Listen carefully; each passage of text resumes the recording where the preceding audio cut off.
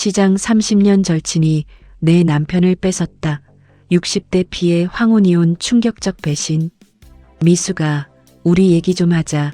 영식의 목소리는 평소에 쉰 목소리가 아니었다. 단단하게 굳어 있었다. 아니, 그보다 더 섬뜩한 건 그의 옆에 서 있는 경순이었다.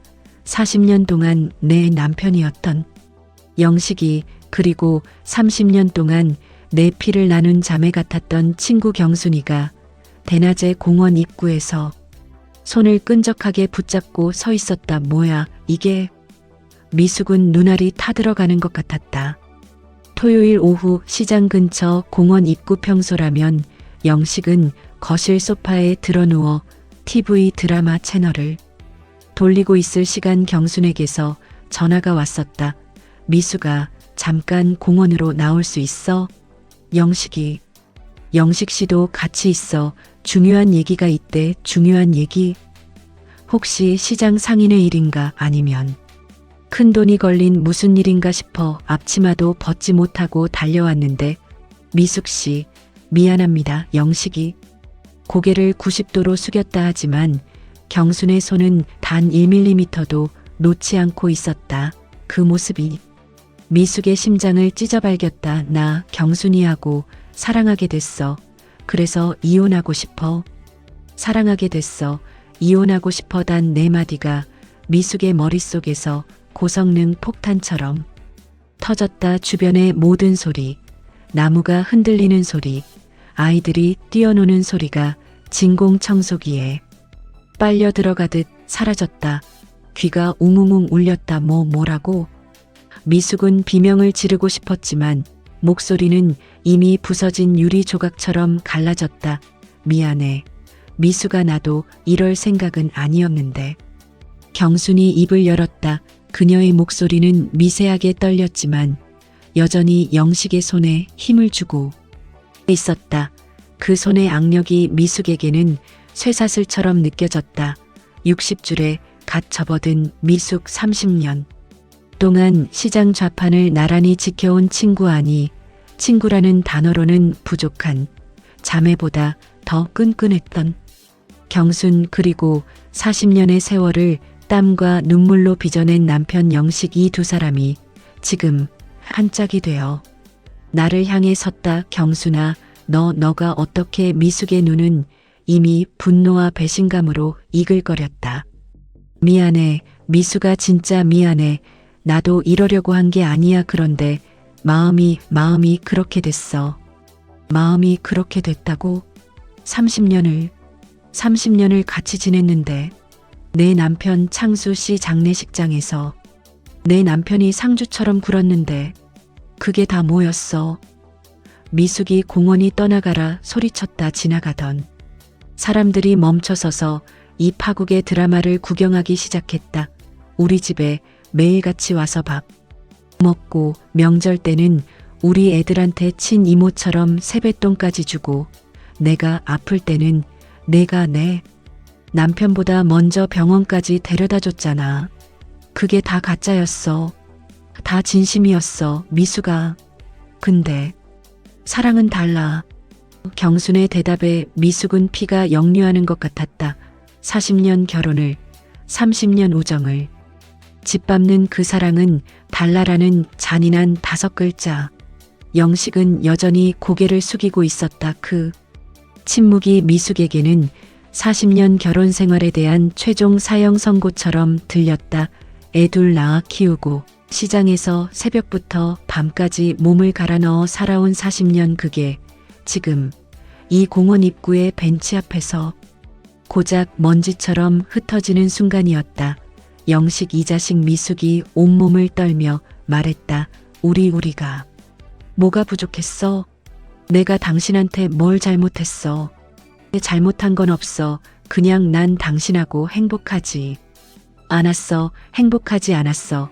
40년 동안 단 한 번도 말하지 않다가 지금 이 순간 가장 잔인한 방식으로 미숙에게 비수를 꽂는 남편. 애들은 알아.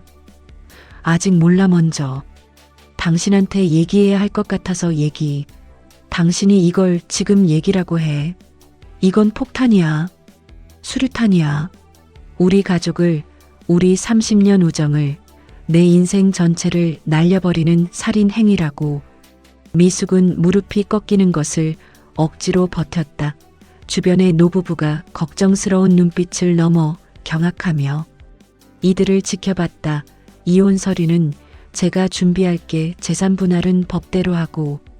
영식의 목소리는 차가웠다. 마치 피 한 방울 없는 사업 파트너와 계약 해지를 통보하는 것 같았다. 재산 분할. 그래, 좋아. 법대로 하자고. 우리 시장 가게 그거 누구 돈으로 키운 줄 알아? 당신 혼자 한 줄 알아? 그건 법정에서 가리면 돼. 법대로. 하하, 참 좋은데.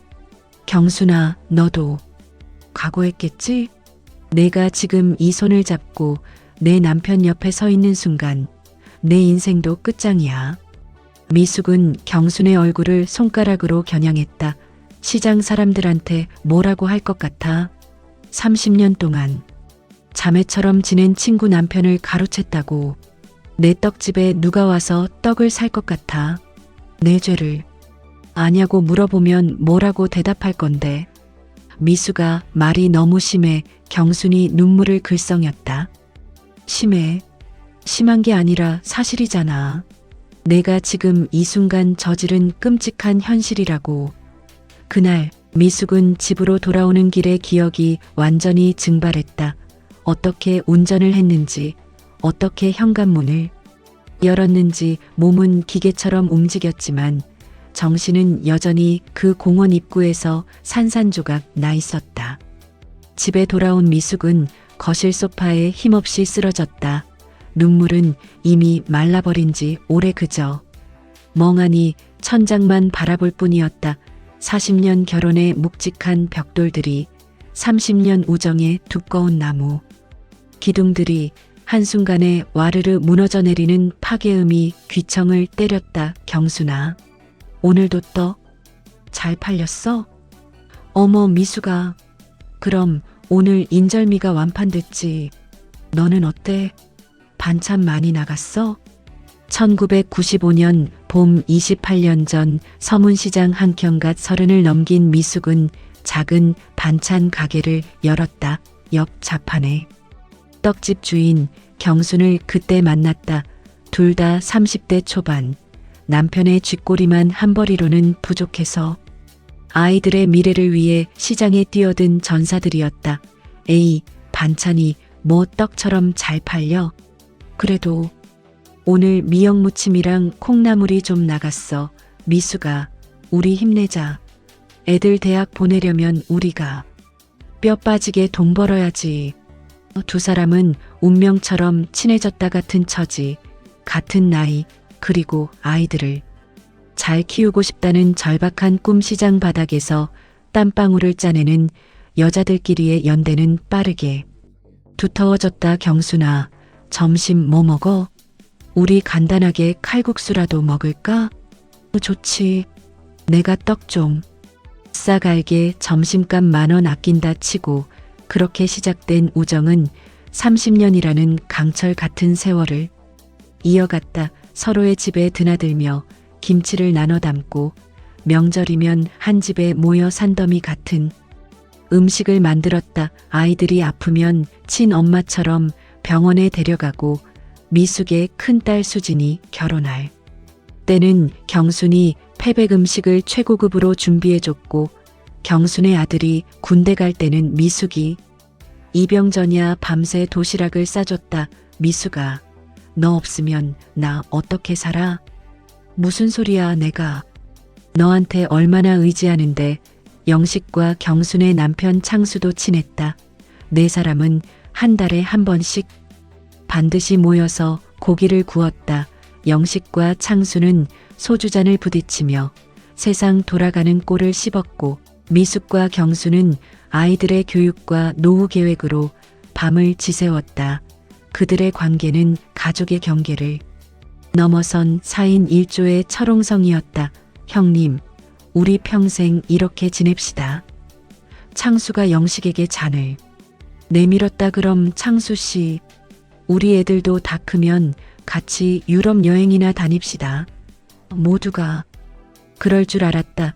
영원히 깨지지 않을 것 같았던 이 견고한 관계하지만 균열은 3년 전 무방비 상태에서 찾아왔다. 경순의 남편 창수가 뇌출혈로 갑자기 쓰러진 것이다. 미수가 창수가 병원 복도에서 넋이 나간 채 울부짖는 경순을 미숙이 온몸으로 껴안았다. 괜찮아. 경순아. 창수 씨 건강한 사람이잖아. 금방 나으실 거야. 하지만 창수는 끝내 병실 문을 걸어 잠갔다 석 달을 버티다가 세상을 떠났다. 경수는 산송장처럼 지냈다. 미수가 나 이제 어떻게 살아 경순아. 내가 있잖아. 영식이도 있고 우리가 내 손을 놓지 않을 거야. 그때부터였다. 미숙의 남편 영식이 경순의 떡집에 너무나 자주 들르기 시작한 것이다. 재수씨, 힘든 거 있으면 말씀하세요. 제가 힘이 닿는 데까지 도와드릴게요. 고마워요. 영식씨가 있어서 제가 겨우 버티는 것 같아요. 처음엔 미숙도 영식이 너무나 고마웠다. 남편을 잃은 친구를 진심으로 위로해주는 남편이 자랑스럽기까지 했다. 여보, 경순이 많이 힘들어하죠? 자주 좀 챙겨줘요. 그럼. 창수 생각하면 제가 당연히 해야 할 일이지. 하지만 시간이 지나면서 그 챙김의 농도가 이상하게 진해졌다. 너무 자주, 너무 오래 머물렀다. 아침에 시장 나가면 떡집에 들렀다가 오고 점심 먹고 또 들렀다가 오고 저녁에 시장 문 닫기 직전에 또 들렀다. 하루 3번 이상 떡집에 가는 것이 일상이 됐다. 여보, 요즘 경순이네 가게에 너무 자주 가는 거 아니야? 미숙이 조심스럽게 물었다. 뭐가? 그냥 힘든 사람 좀 도와주는 거야. 당신도 경순이 챙기라고 했잖아. 영식은 목소리를 높였다. 챙기는 거랑 매일 하루 종일 들락날락하는 건 다르잖아. 당신 반찬 가게 일은 안 해? 에이, 당신 무슨 소리 하는 거야? 30년 지기. 친구 아내 걱정하는 게 뭐가 이상해. 미숙은 그때 섬뜩함을 느꼈지만 40년 결혼과 30년 우정에 대한 굳건한 믿음이 그 섬뜩함을 덮어버렸다. 미숙이네 영식이 요즘 경순이네 가게에서 살다시피 하더만. 그러게 아침부터 저녁까지 거기 죽치고 있던데. 창수 씨 돌아가시고 나서 아주 노골적이 된 것 같아. 어머, 그럼 혹시 그거 아니야? 60줄의 바람이라니. 시장의 수군거림은 마치 피를 흘리는 소리처럼 미숙의 귀에 들려왔다. 미숙에게 가장 우호적이던 과일 가게 아주머니가 어느 날 조심스럽게 미숙을 불렀다. 미숙이, 내가 오지랖인 거 아는데 요즘 영식씨랑 경순이 얘기가 시장 바닥에 파다하게 돌고 있더라. 무슨 얘기요? 미숙은 애써 평온한 표정을 지었다. 그게 너무 밤낮으로 붙어 다닌다고 소문이 영 안 좋아. 미숙은 쓴웃음으로 넘기려 했지만 가슴 한복판에 뜨거운 돌덩이가 박히는 것 같았다. 에이, 그냥 친구 챙겨주는 거예요. 창수 씨 돌아가시고 경순이가 얼마나 힘들어하는데요. 하지만 시장의 소문은 들불처럼 번져나갔다. 채소가게 아저씨도 생선가게 아주머니도 심지어 시장 입구에 20대 떡볶이 장사 아가씨까지 미숙을 보면 애매하고 동정스러운 표정을 지었다.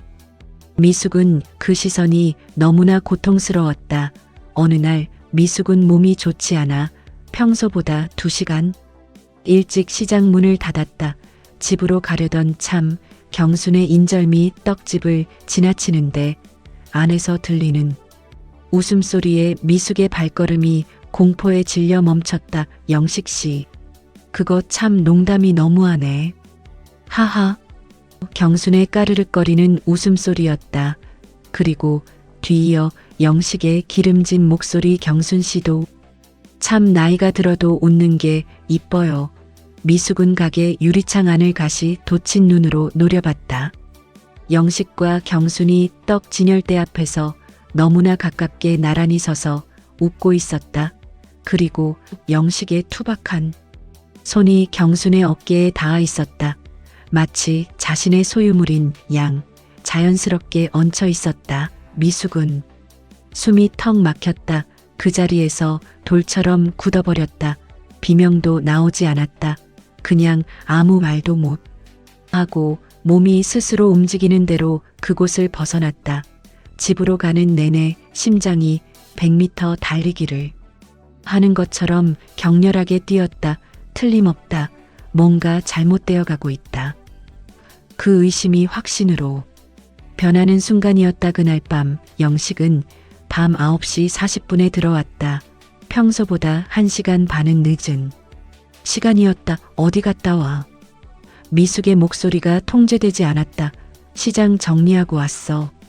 시장 정리가 밤 10시가 다 되어서 끝나? 뭐 시장 회장이라도 됐어. 경순이 좀 도와주고 왔어. 떡 만드는 기계가 고장나서. 기계가 고장나면 수리기사를 불러야지. 당신이 떡 기계 전문가야. 무슨 공대 박사라도 돼. 에이, 간단한 거였어. 당신 왜 이렇게 신경질적이야? 영식은 미숙의 얼굴을 똑바로 보지 않고 씻으러 들어갔다. 미숙은 식탁에 앉아 억장이 무너지는 한숨을 쉬었다. 설마 제발 아니기를. 하지만 불안은 이미 미숙의 영혼을 잠식하고 있었다. 여보, 휴대폰 좀 빌려줘요. 왜? 영식이 순간적으로 경직됐다. 내 폰 배터리가 완전히 나갔는데 수진이한테 급한 전화 좀 해야 해요. 미숙은 최대한 침착한 목소리를 유지했다. 심장이 터질 것 같았지만 영식은 잠깐 망설이다가 거절할 명분이 없음을 알고는 휴대폰을 마지못해 건넸다. 미숙이 전화를 걸려고 화면을 켰는데 카카오톡 알림이 미친 듯이 떠 있었단. 영식 씨, 오늘 고마웠어요. 덕분에 힘이 났어요. 하트. 미숙의 손이 전기 충격을 받은 것처럼 떨렸다. 이 메시지를 열어볼까 말까. 40년 결혼의 마지막 문을 열 것인가 말 것인가. 심장이 목구멍까지 치솟았다. 잠시의 망설임 끝에 미숙은 분노에 찬 손으로 카톡 앱을 눌렀다. 대화창이 열렸다. 미숙은 손을 떨며 스크롤을 올렸다. 주고받은 메시지가 수백 개, 아니 수천 개였다.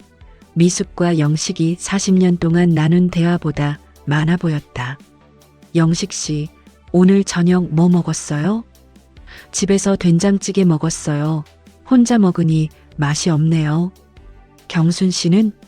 저는 그냥 라면 끓여 먹었어요. 영식 씨랑 같이 먹고 싶네요. 다음엔 제가 몰래 저녁 사드릴게요. 에이, 무슨 말씀을. 그래도 영식 씨가 있어서 다행이에요. 미숙은 뱃속에서 구역질이 올라오는 것을 참았다. 어제, 그제, 지난주, 지난달 매일매일 시시콜콜한 일상을 공유하고 있었다. 그리고 더 충격적인 메시지들. 영식 씨, 요즘 제가 영식 씨 생각을 너무 많이 해요. 저도요. 이러면 안 되는데. 하지만 마음은 당신에게 가 있어요. 근데 마음은 어쩔 수가 없네요. 미숙 언니한테 너무 미안한데 조금만 기다려요. 제가 곧 정리할게요. 정리? 뭘 정리한다는 거지? 40년 동안 쌓아 올린 이 가족을? 미숙은 미친 듯이 스크롤을 더 올렸다. 마침내 사진첩이 나타났다. 파국의 증거들. 두 사람이 함께 찍은 사진들. 시장이 아닌 외곽에 한적한 카페에서, 단풍이 든 공원에서, 바닷가 산책로에서 두 사람은 너무나 친밀하게 마치 신혼부부처럼 웃고 있었다. 그들은 미숙의 눈을 속이고 미숙의 돈으로 미숙의 친구와 불륜 여행을 다녔던 것이다. 여보, 전화 다 했어? 영식의 목소리가 바로 뒤에서 들렸다. 미숙은 화들짝 놀라 휴대폰을 영식에게 던지듯 돌려줬다. 아, 내 통화 중이었어요. 배터리가 없다고. 해서 그날 밤 미숙은 지옥을 경험했다. 옆에서 세상 모르게 코를 골며 자는 영식을 보며 미숙의 눈에서는 피눈물이 흘렀다. 40년을 함께 살았는데 이제 와서 다른 여자를 생각하고 있었다니, 그것도 하필이면 경순을 30년 동안 서로의 젓가락 숫자까지 알던 내 몸의 일부였던 경순이를. 다음날 새벽 미숙은 알람보다 1시간 일찍 벌떡 일어났다. 시장으로 향했다. 영식보다 먼저 경순을 만나 이 지옥의 막을 끝내야 했다. 경순아. 새벽 어스름 속의 떡집. 문을 열고 있던 경순을 미숙은 늑대처럼 날카로운 목소리로 불렀다. 미숙아, 오늘 왜 이렇게 일찍 나왔어? 경순이 당황한 기색을 숨기지 못했다. 너 우리 영식이하고 무슨 사이야? 경순의 얼굴에서 핏기가 완전히 사라졌다. 무슨 소리야? 휴대폰 봤어. 메시지 다 봤어. 내 파렴치한 사진까지 다 봤어. 미수가 경순이 두려움에 한 발짝 뒷걸음질 쳤다. 30년을 우리가 자매처럼 지냈잖아. 내가 너한테 뭘 잘못했어. 내 남편 죽었을 때 내가 얼마나 널 챙겼는데. 창수 씨 영혼한테 부끄럽지도 않아. 미수가 미안해. 나도 이럴 생각은 아니었어. 이럴 생각은 아니었다고. 그럼 뭐야? 귀신이 씌었어.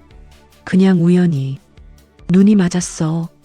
미숙의 목소리는 이미 시장의 새벽 공기를 찢었다. 아직 문을 열지 않은 시장이었지만 청소하러 나온 몇몇 상인들이 숨죽이며 이쪽을 바라봤다. 미안해. 진짜 미안해. 근데 내 마음도 어쩔 수가 없었어. 창수 죽고 나서 너무 외로웠어. 그때 영식 씨가 옆에 있어줬고.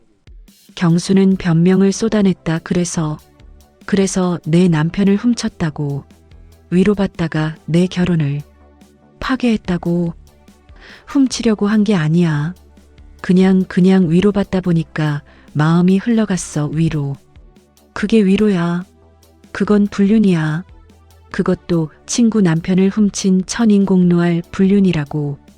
경순이 고개를 땅바닥까지 숙였다. 미숙아, 나도 알아. 내가 잘못했어. 근데 뭐. 미숙은 경순의 멱살이라도 잡고 싶은 심정이었다. 영식 씨가 먼저 고백했어. 나를 사랑한다고. 그 말에 미숙은 온몸에 힘이 쑥 빠지는 것을 느꼈다. 40년 동안 내 남편이었던 사람이 30년 친구에게 먼저 손을 내밀어 배신을 공모했다니. 그날 이후 미숙의 일상은 철저하게 무너졌다. 시장에 나가도 일손이 잡히지 않았다. 반찬을 담아도 맛을 볼 여력이 없었다. 손님이 말을 걸어도 제대로 된 대답을 하지 못하고 멍하니 하늘만 바라봤다.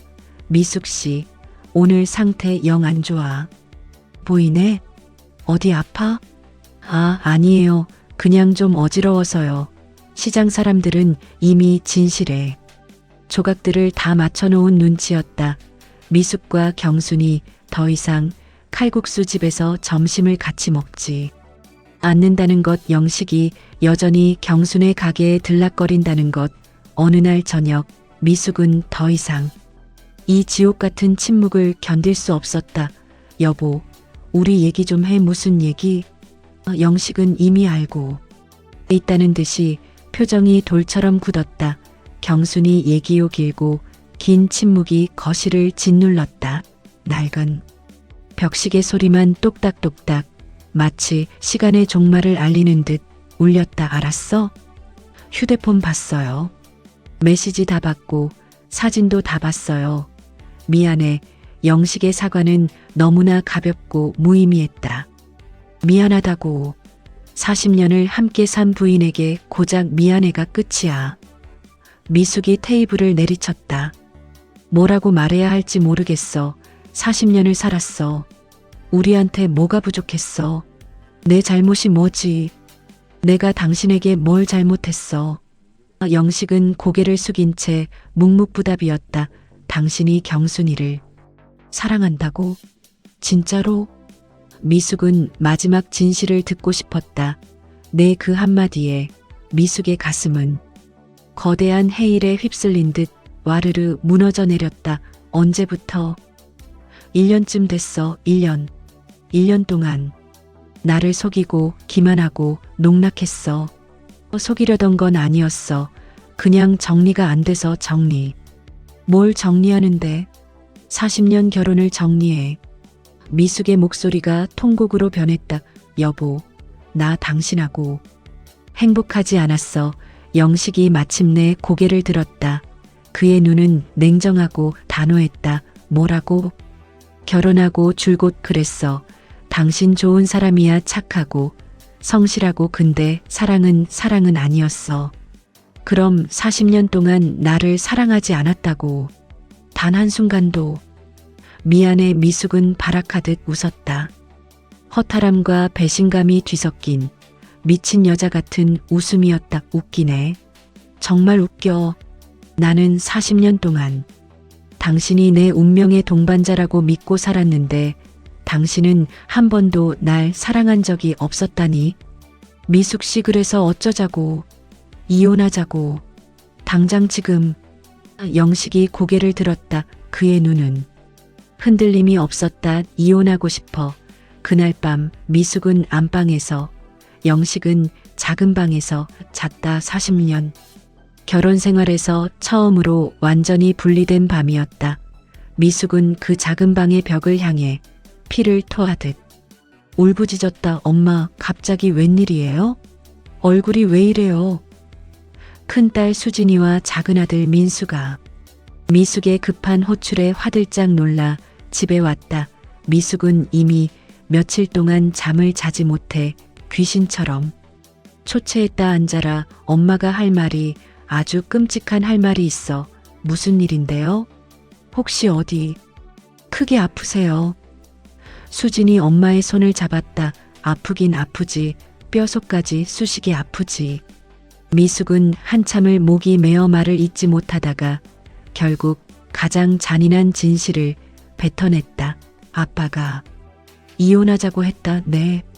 뭐라고요? 수진과 민수가 동시에 비명을 질렀다.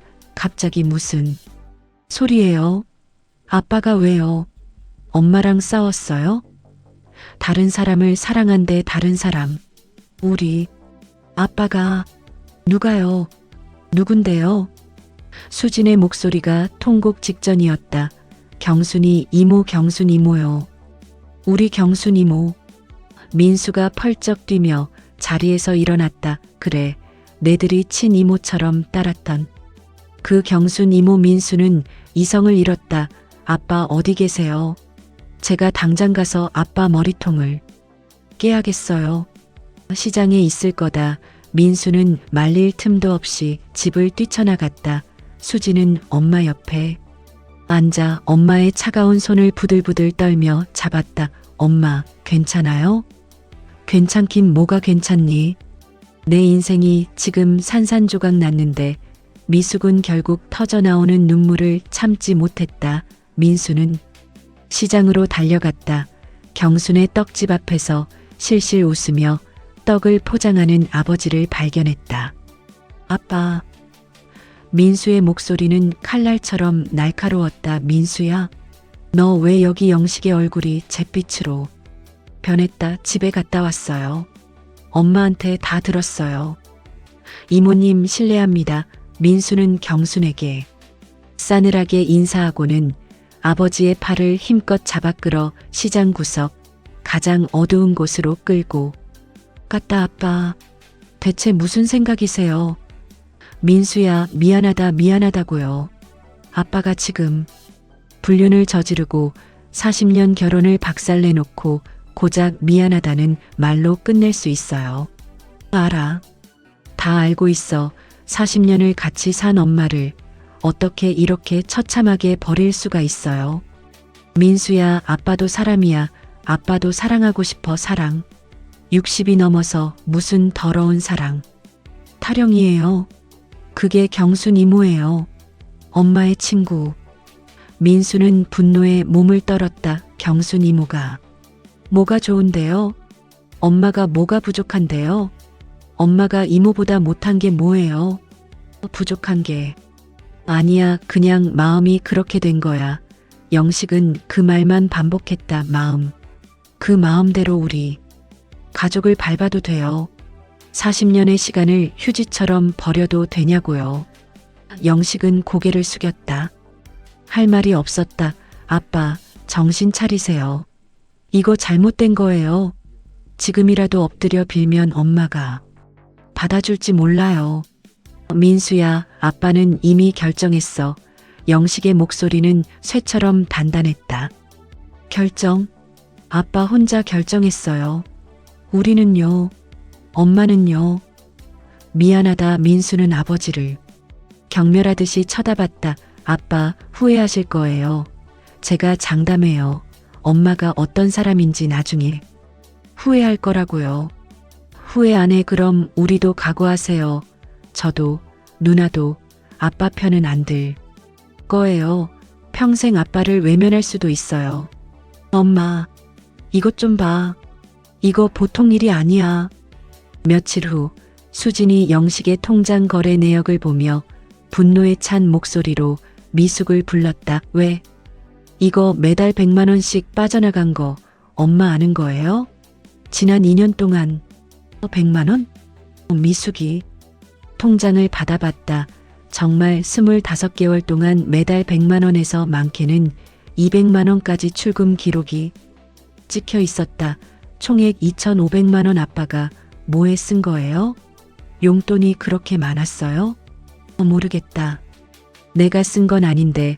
미숙의 머리가 복잡해졌다.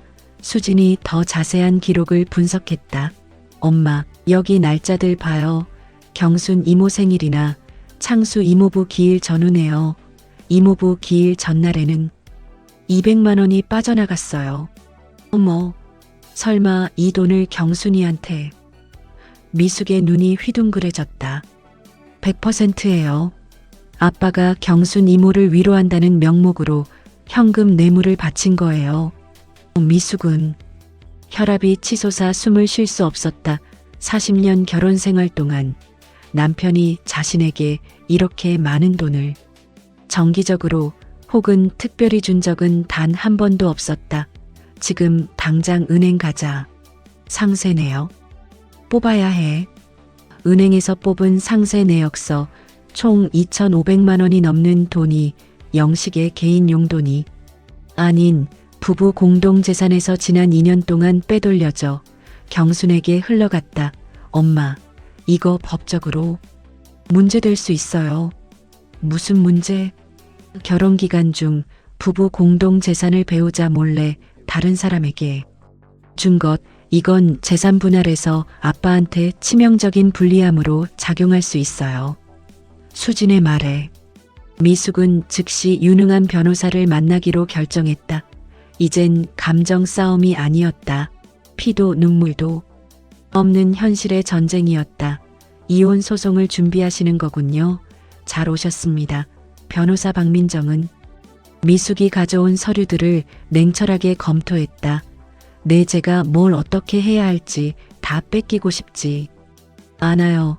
일단 재산 목록부터 정리해야 합니다. 시장 가게 명의는요?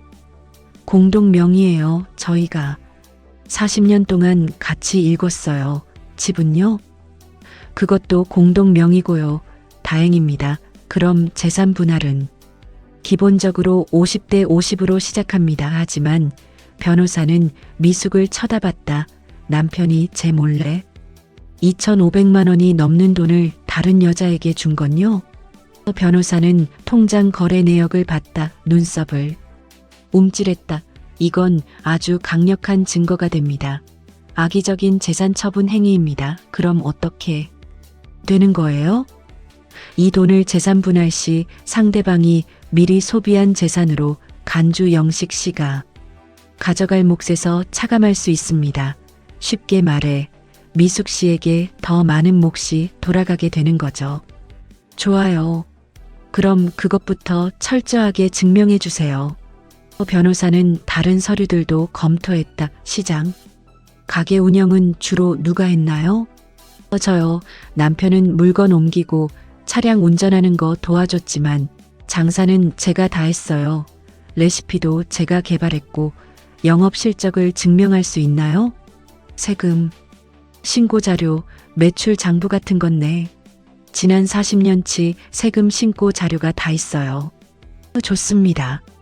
그럼 미숙 씨의 재산 형성 기여도를 50% 이상으로 인정받을 수 있는 전략적 우위를 점하게 됩니다. 상담을 마치고 미숙이 나가려는데 변호사가 마지막으로 뼈아픈 한마디를 던졌다.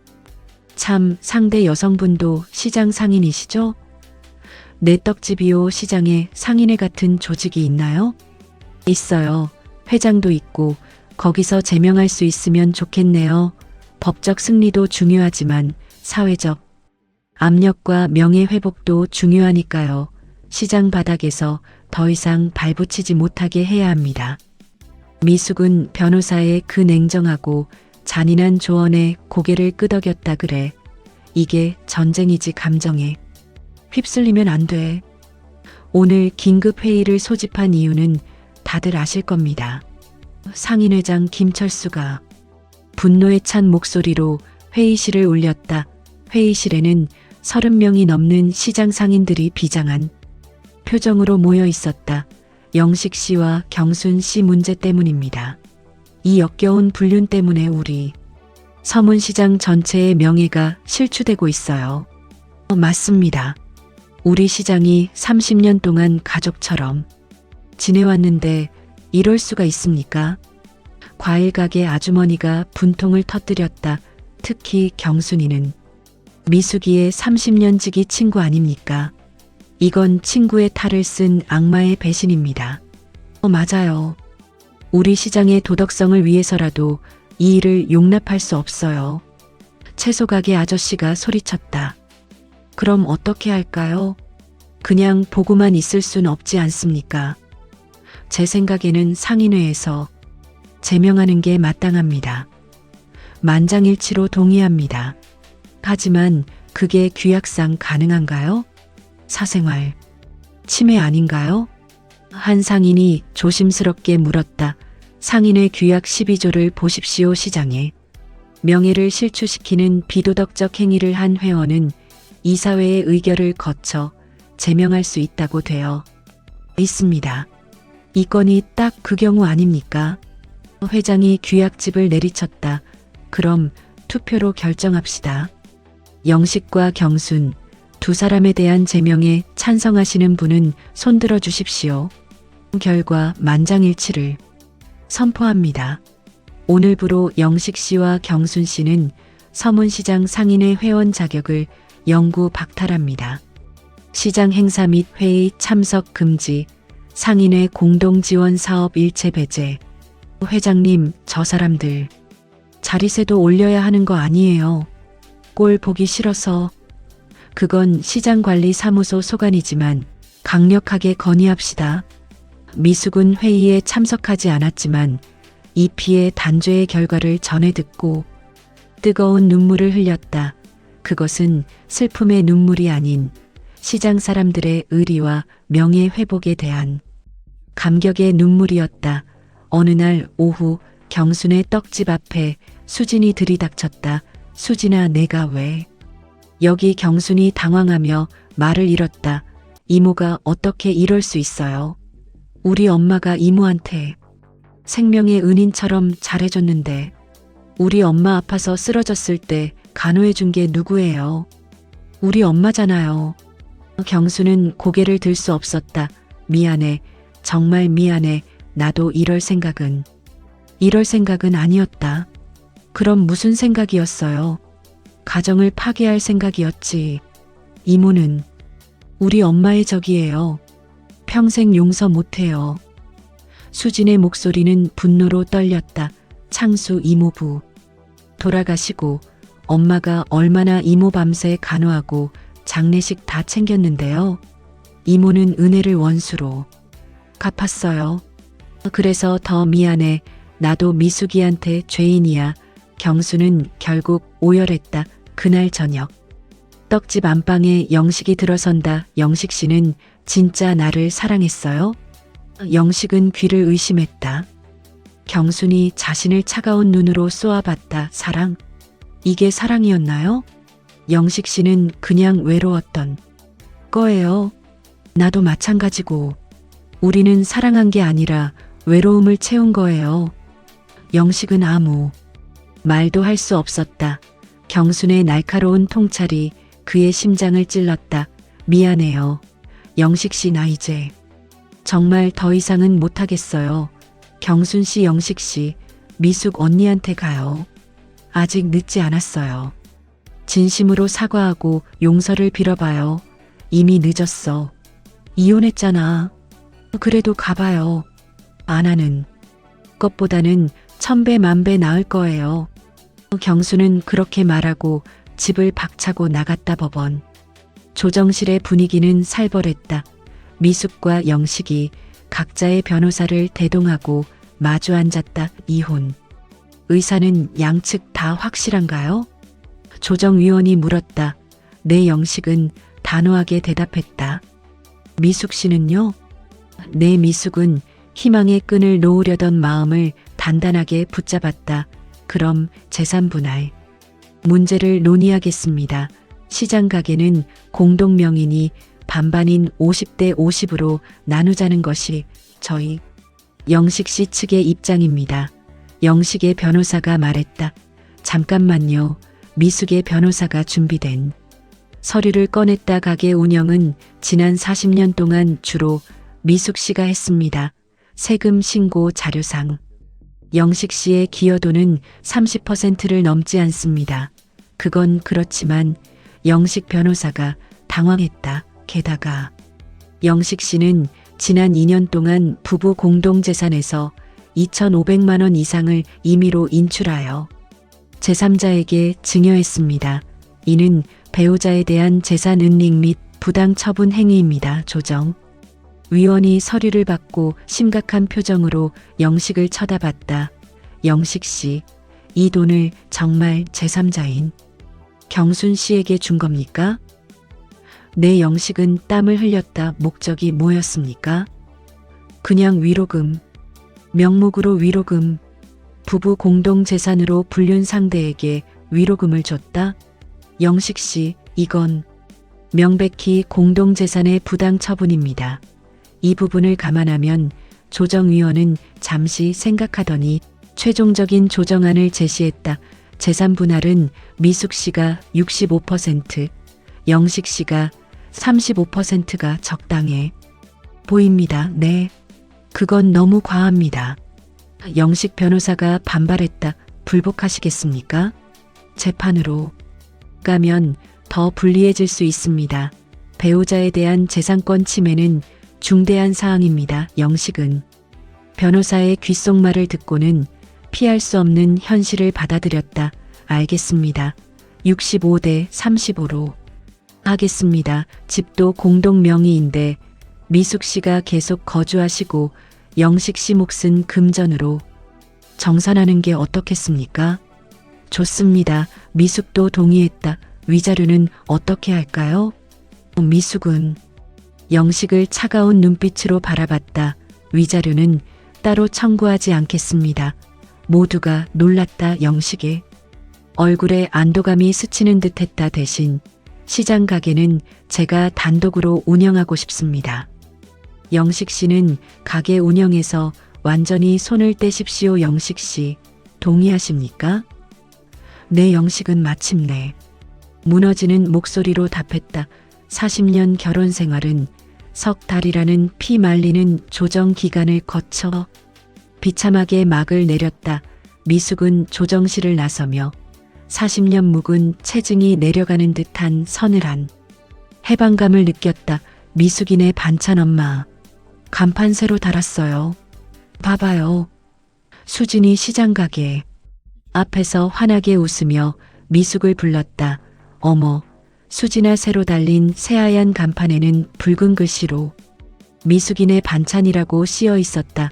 예전에는 영식네 반찬이었다. 이제 엄마 이름으로 새로운 인생 시작하는 거예요. 고마워. 수지나 미숙은 딸의 단단한 응원에 눈가가 젖었다. 엄마, 이제 좀 어때요? 모르겠다. 근데 살아야지. 미숙은 가게 문을 활짝 열었다. 손님들이 물밀듯이 들어오기 시작했다. 시장 사람들은 단죄된 영식과 경순 대신 미숙의 가게에 더 많은 관심을 쏟았다. 미숙 씨, 오늘도 반찬 막 끝내주네요. 그럼요, 아주머니. 오늘 갓 담근 열무김치가 특히 맛있어요. 그래요. 그럼 이것 하나 가득 담아줘요. 미숙은 장사를 하면서 생각했다. 40년 결혼이 끝났다. 30년 우정도 끝났다 하지만 내 인생은 여기서 끝이 아니었다. 저녁이 되어 가게 문을 닫으려는데 상인회장 김철수 씨가 무거운 발걸음으로 들렀다. 미숙 씨, 이거 두툼한 흰 봉투를 하나 건넸다. 이게 뭐예요? 상인회에서 성금 모았어요. 어려울 때 서로 돕자고 회원들의 마음입니다. 아이고, 회장님 이럴 필요 없는데. 받아요. 우리가 가족 아니에요. 미숙 씨는 우리 시장의 산증인이잖아요. 미숙은 터지는 눈물을 참지 못했다. 감사합니다. 정말 감사합니다. 그날 밤 집에 혼자 돌아온 미숙은 거실에 앉아 결혼사진첩을 펴봤다. 영식과의 결혼사진, 아이들이 어렸을 때 사진, 40년 전의 젊은 미숙 참 많이도 웃었네. 사진 속의 자신은 정말 행복해 보였다. 영식도 활짝 웃고 있었다. 그때는 진짜 행복했을까? 아니면 자기만 그렇게 믿고 살았던 걸까? 이제 와서 생각해봐야 소용없지. 미숙은 사진첩을 단호하게 닫았다. 60년 인생에서 처음으로 온전히 혼자 맞이하는 밤. 괜찮아. 나는 괜찮을 거야. 미숙은 스스로에게 주문을 걸었다. 다음 날 아침 미숙은 평소처럼 새벽 4시 반에 일어났다. 인생은 계속되니까 살아내야 하니까. 이혼하고 2달이 지났다. 영식은 시장 근처의 작은 원룸에서 혼자 살고 있었다. 경순이 가끔 찾아와서 밥을 해주고 청소를 해주지만 영식의 마음은 텅 비어 있었다. 영식 씨, 요즘 기운이 하나도 없어 보여요. 괜찮아요? 네, 괜찮아요. 하지만 전혀 괜찮지 않았다. 40년을 함께 산 집에서 나와 혼자 사는 것이 이렇게까지 고통스러울 줄 몰랐다. 미숙이 차려준 평범한 된장찌개가 사내 진미보다 그리웠다. 영식 씨, 우리가 잘한 거 맞죠? 경순이 불안한 눈빛으로 물었다. 모르겠어요. 뭐라고요? 경순이 놀라 소리쳤다. 사랑한다고 생각했는데 막상 이렇게 되니까 모르겠어요. 혼자 있는 게 더 고통스러워요. 경순의 얼굴이 돌처럼 굳었다. 영식 씨, 후회하는 거예요? 후회는 아니고 그냥 허전해요. 미숙 씨의 잔소리조차 그리워요. 나도 그래요. 미숙이 생각하면 가슴이 찢어지는 것 같아요. 둘은 한참을 말없이 앉아 있었다. 그들의 관계는 사랑이 아닌 외로움이라는 진흙으로 임시로 붙여놓은 것이었음이 드러나고 있었다. 영식 씨, 우리 미숙이한테 사과하러 가요 지금. 영식이 화들짝 놀랐다. 아니, 나중에라도 제대로 사과해야 할 것 같아요. 이대로는 나도 못 살겠어요. 그래요, 그래야죠. 하지만 그들은 결코 미숙의 집을 향해 발걸음을 옮기지 못했다. 두려움과 수치심 때문이었다. 미숙 씨, 반찬 하나 더 줘요. 오늘 손님 터지네. 네, 손님. 금방 포장해 드릴게요. 미숙의 가게는 대박이 났다. 시장 사람들이 응원하는 차원에서 일부러 미숙의 가게에서 물건을 샀고, 진짜 단골 손님들도 미숙의 강한 멘탈에 박수를 보냈다. 미숙 씨 고생 많아요. 혼자 하니까 힘들죠? 과일 가게 아주머니가 미숙의 어깨를 토닥였다. 아니에요. 괜찮아요. 일하니까 오히려 마음이 편해요. 쓸데없는 생각을 안 하게 되고요. 미숙아, 점심 먹자. 미숙은 이제 경순 대신 다른 상인들과 밥을 먹었다. 그들은 미숙의 새로운 가족이었다. 미숙아, 요즘 경순이 그 집 장사 아예 안 된대. 파리만 날린다고 하더라. 그래요? 미숙은 애써 무관심한 척했다. 당연하지. 시장 사람들이 다 외면하는데 누가 배신자의 떡을 사 먹겠어. 미숙은 대답하지 않았다. 경순이 힘들다는 소리를 들어도 동정심은 털끝만큼도 생기지 않았다. 영식이는 어떻게 지내? 몰라요. 연락도 안 하는 걸요. 궁금하지도 않고요. 점심을 먹고 돌아오는 길에 경순의 인절미 떡집 앞을 지나쳤다.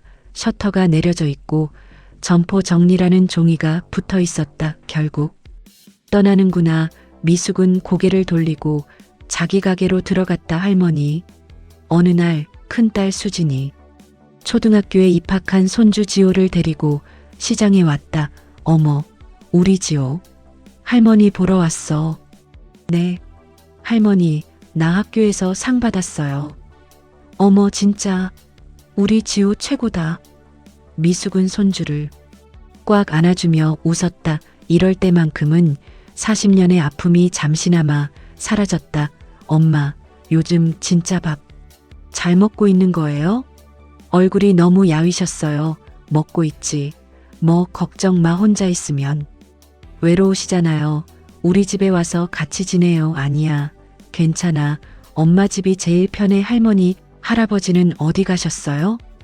지호의 순진무구한 질문에 미숙과 수진의 표정이 순식간에 굳었다. 할아버지는 멀리 출장 가셨어. 미숙은 거짓말을 했다. 언제 오는데요?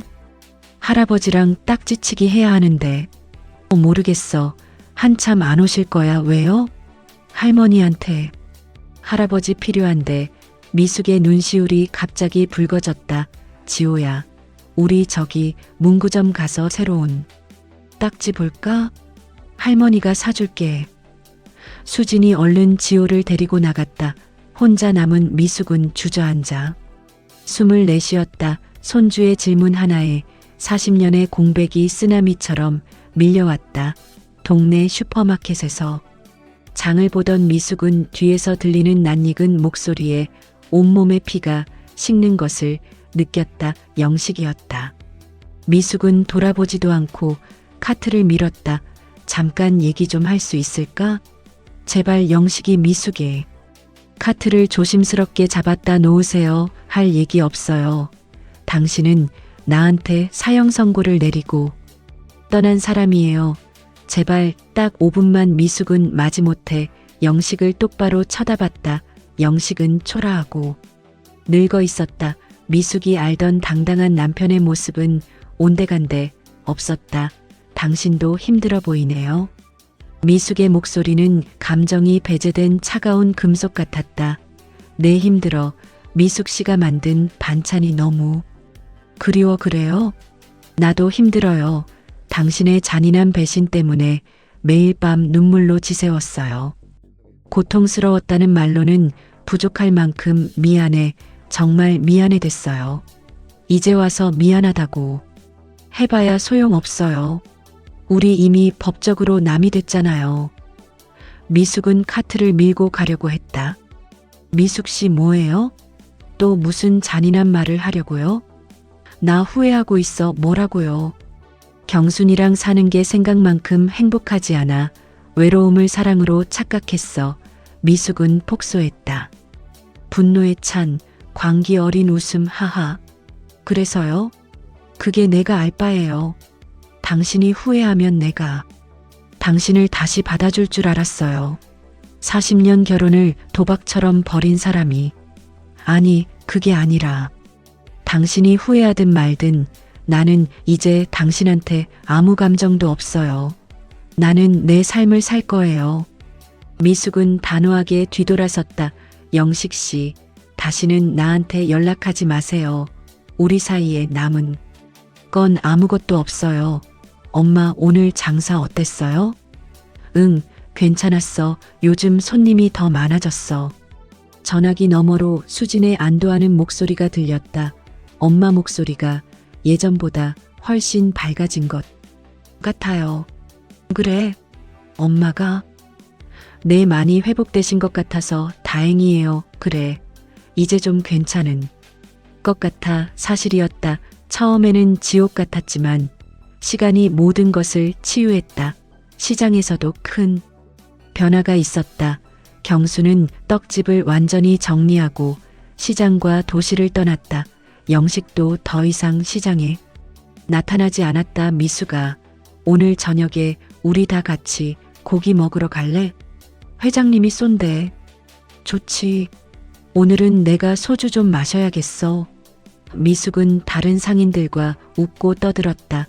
경순 없이도 영식 없이도 미숙의 인생은 계속됐다. 오히려 더 단단해지고 더 행복했다. 할머니, 나 중학교 들어갔어요. 어머, 우리 지호가 벌써 중학생이 됐네. 이혼 후 만 1년 미숙은 이제 완벽한 홀로서기에 성공했다. 엄마 요즘 진짜 보기 좋아요. 얼굴에 빛이 나요. 수진이 말했다. 그래, 엄마도 그런 것 같아.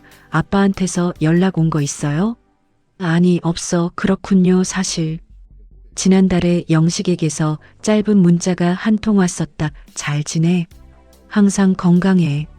미숙은 답장하지 않았다. 엄마, 혹시 아빠 용서할 생각 있어요? 모르겠다. 아직은 아닌 것 같아. 그래도 언젠가는요? 글쎄, 시간이 더 지나야 알 것 같아. 용서라는 단어는 아직 미숙의 입에 쉽게 붙지 않았다. 엄마, 어쨌든 엄마가 행복하면 그게 제일 중요해요. 고마워. 딸. 어느 토요일 오후 시장 마감 직전 꽃다발을 들고 영식이 나타났다. 그는 여전히 초라했다. 왜 왔어요? 돌아가세요. 당신과는 할 얘기 없어요. 제발, 마지막이야. 미숙은 한숨을 쉬고는 가게 앞 의자를 내주었다. 영식은 꽃을 내밀었다. 미숙이 가장 좋아하던 가을 국화. 미숙 씨, 정말 미안했어. 그래요, 나 때문에 당신이 얼마나 고통스러웠을지 알아. 용서해달라는 게 아니야. 그냥 진심으로 사과하고 싶었어. 당신이 후회하든 말든 나는 이제 상관없어요. 알아요. 근데 당신한테 제대로 사과하지 않으면 내가 앞으로 나아갈 수 없을 것 같아서 경순이랑도 헤어졌어. 외로움의 착각이었어. 그래요, 미숙 씨, 당신이 그리워. 집에 가면 당신이 만든 반찬 생각나고 밤에 잠들기 전에 당신 목소리가 그리워. 영식의 눈에 눈물이 고였다. 40년을 함께 산 사람인데 어떻게 그렇게 쉽게 버렸어요? 미숙의 목소리가 처절하게 떨렸다. 미안해. 이제 와서 그립다고 하면 나보고 어떡하라는 거예요? 아무것도 바라지 않아. 그냥 당신이 행복하면 좋겠어. 영식은 그렇게 말하고 일어났다. 꽃을 의자 위에 두고 가려는데 영식 씨, 당신도 건강하게 지내요. 영식은 미숙의 그 한마디에 결국 소리 없이 울었다. 용서는 아직 모르겠어. 근데 미워하는 것도 지쳤어. 해가 완전히 지고 시장에 가로등이 켜졌다. 엄마, 그 꽃수진이 아이를 데리고 왔다. 응, 내 아빠가 주고 갔어. 그래요, 수진아. 사람이 살다 보면 용서해야 할 때도 있는 것 같아. 엄마가 결정하세요. 엄마가 행복한 게 제일 중요해요. 미숙은 꽃을 물에 꽂고 가게 문을 닫았다.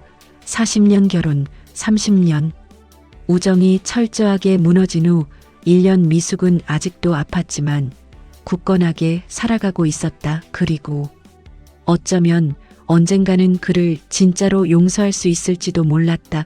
여러분, 오늘 이야기는 어떠셨나요? 배신과 파국, 그리고 홀로서기에 처절한 미숙 씨의 이야기는 단순히 한 개인의 불행이 아닙니다. 황혼 이혼 10만 시대, 배우자의 외도가 가장 큰 원인인 이 시대에 우리 모두에게 던지는 날카로운 질문입니다. 40년의 세월이 사랑이 아니었다는 단 한마디로 무너져 버려도 되는 걸까요? 미숙 씨는 자식들의 지지를 얻어 결국 홀로 섰습니다. 용서는 선택이지 의무가 아닙니다. 배신당한 인생이라 할지라도 우리는 계속 살아갑니다. 이 이야기가 누군가에게는 위로가 되었으면 좋겠습니다. 도움이 되셨다면 좋아요와 구독 알람 설정도 꼭 해주세요. 오늘도 행복하세요. 감사합니다.